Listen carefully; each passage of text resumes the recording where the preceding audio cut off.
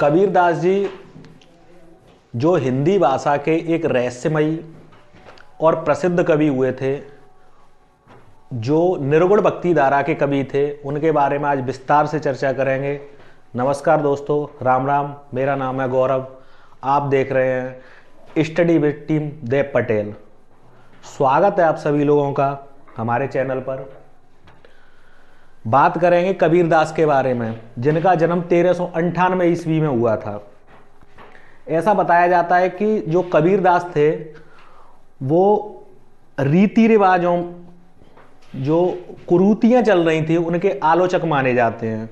उनके हिसाब से जो उस समय के पुजारी थे या मौलवी थे, वो सभी उनसे ईर्ष्या करते थे, घृणा करते थे, क्योंकि उन्होंने इनकी आलोचनाएं की थी और वास्तविक आधार पर उन्होंने बताया था कि ये जो कर्मकांड किए जा रहे हैं, ये सारे कर्मकांड गलत है।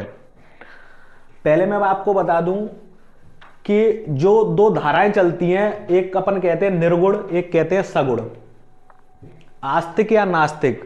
कई बार क्या होता है कि हम भूलवश इन शब्दों को एक ही मान लेते हैं, लेकिन इनमें थोड़ा बहुत अंतर है। आज इनको समझने का प्रयास करेंगे, जिसमें पहले मैं समझाऊंगा निर्गुण। निर्गुण का जो अर्थ होता है वो होता है बिना गुण के, बिना आकार के, जिसका कोई गुण नहीं हो, कोई आकार नहीं हो। तो जो कबीरदास जी थे वो निर्गुण भक्ति धारा के कवि थे, क्योंकि उनका ऐसा मानना था कि जो परम ब्रह्म है, जो ईश्वर है, उसने कभी धरती पर जन्म लिया ही नहीं है, उनका कोई आकार नहीं है, लेकिन कोई सत्ता है, कोई शक्ति है जो ऊपर से इस सारी पृथ्वी को संचालित कर रही है। उनके कहने के अनुसार यह था कि इंसान की जो आत्मा होती है, इंसान की जो आत्मा होती है वो ही परमात्मा होती है।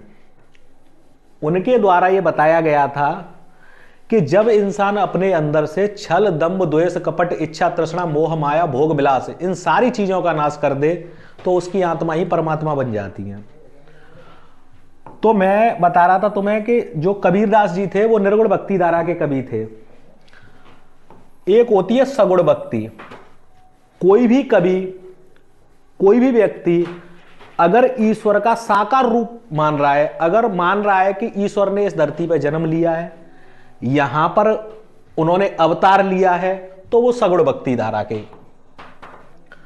लेकिन अगर कोई मान रहा है कि उन्होंने यहां पर जन्म नहीं लिया है, लेकिन कोई सत्ता है जो हमें संचालित कर रही है, उसे कहते हैं निर्गुण भक्ति। तो कबीरदास जी जो थे वो निर्गुण भक्ति धारा के कवि थे। लेकिन आस्तिक और नास्तिक, इन दोनों में अंतर होता है। निर्गुण को हम नास्तिक नहीं कह सकते हैं। कोई व्यक्ति अगर निर्गुण भक्ति से संबंधित है, उसको हम नास्तिक नहीं कहेंगे, क्योंकि नास्तिक उस व्यक्ति को कहते हैं जिसका ईश्वर में विश्वास ही नहीं है, जो ये मानता ही नहीं है कि ना तो हमें कोई सत्ता संचालित कर रही है और ना किसी भी रूप में भगवान ने, ईश्वर ने यहां पर कोई जन्म लिया है। आस्तिक उन लोगों को कहते हैं जो ये मानते हैं कि भगवान है, वो या तो हमें ऊपर से संचालित कर रहे हैं या उन्होंने धरती पे किसी ना किसी रूप में जन्म लिया है। तो जो निर्गुण भक्ति धारा के कवि हैं वो किसी ना किसी रूप में आस्तिक हैं। इसी प्रकार थे कबीरदास जी। इसके बाद में जो कबीरदास जी थे, उन्होंने जो मुस्लिम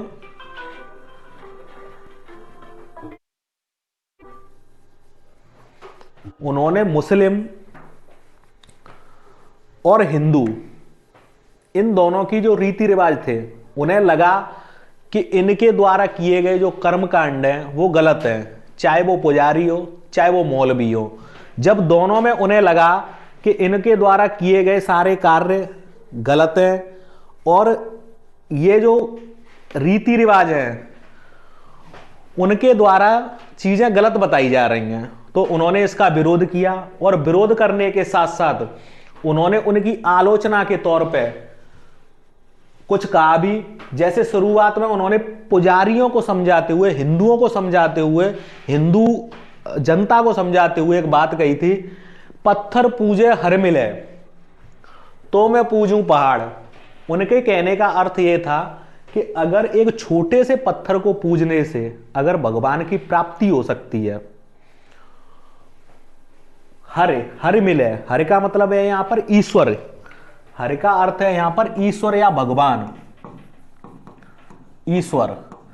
अगर छोटे से पत्थर को पूजने से अगर भगवान की प्राप्ति हो सकती है तो मैं पूजूं पहाड़, तो फिर तो मैं पहाड़ को पूजूंगा, जिससे कि मुझे उस भगवान की जल्दी से जल्दी प्राप्ति हो जाए। उन्होंने आगे चलकर बताया कि इससे तो चाकी भली सो पीस गाए संसार।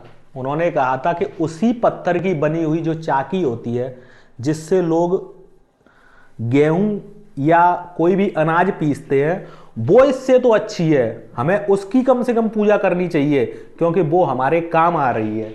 तो जिससे तो चाकी भली सो पीस खाए संसार, उससे पूरा संसार पीस पीस कर खाता है। उस पत्थर को हमें ज्यादा मान्यता देनी चाहिए, बजाय इन पत्थरों के पत्थर पूजे हर मिले। अगर पत्थर को पूजने से भगवान मिल रहा है तो फिर तो मैं पहाड़ को पूजूंगा। इसी प्रकार कबीरदास जी ने, जो मुस्लिम थे, जो मौलवी थे, उनके बारे में भी आलोचना के आधार पर जनता को और मौलवियों को समझाने का प्रयास किया कि तुम्हारे द्वारा जो भी कार्य किए जा रहे हैं, जो कर्मकांड किए जा रहे हैं, जो रीति रिवाज अपनाए जा रहे हैं, वो सब गलत हैं। उन्होंने इस बारे में कहा था कि कंकड़ पत्थर जोड़ के मस्जिद लई बनाए, ताचड़ मुल्ला बाग दे, क्या बहरा हुआ खुदा है।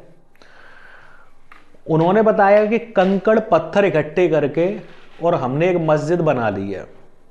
जो मोमडन लोग हैं, जो मौलवी हैं, उन्होंने कंकड़ पत्थर इकट्ठे करके एक मस्जिद बना ली है, मस्जिद लई बनाए, ताचड़ मुल्ला बाग दे, उसके ऊपर चढ़कर और मुल्ला जोर जोर से चिल्ला रहा है, क्या बहरा हुआ खुदा है। मेरी समझ के अनुसार यह आ रहा है कि अगर वो ऊपर चढ़ के भी चिल्लाकर आवाज दे रहा है तो क्या आपका खुदा या अल्लाह बहरा हो चुका है। इस वजह से आप इस तरीके से ऊपर चढ़कर बाग दे रहे हो, चिल्ला रहे हो। बाग देने का अर्थ है चिल्ला रहे हो, चिल्लाना। लेकिन जो कबीरदास जी थे वो मानते थे कि इस धरती पर भगवान ने किसी भी रूप में अवतार नहीं लिया है, लेकिन फिर भी अगर हम किसी रूप में अगर किसी व्यक्ति को विशेष मानते हैं तो वो व्यक्ति होता है गुरु। उन्होंने गुरु के ऊपर कहा था,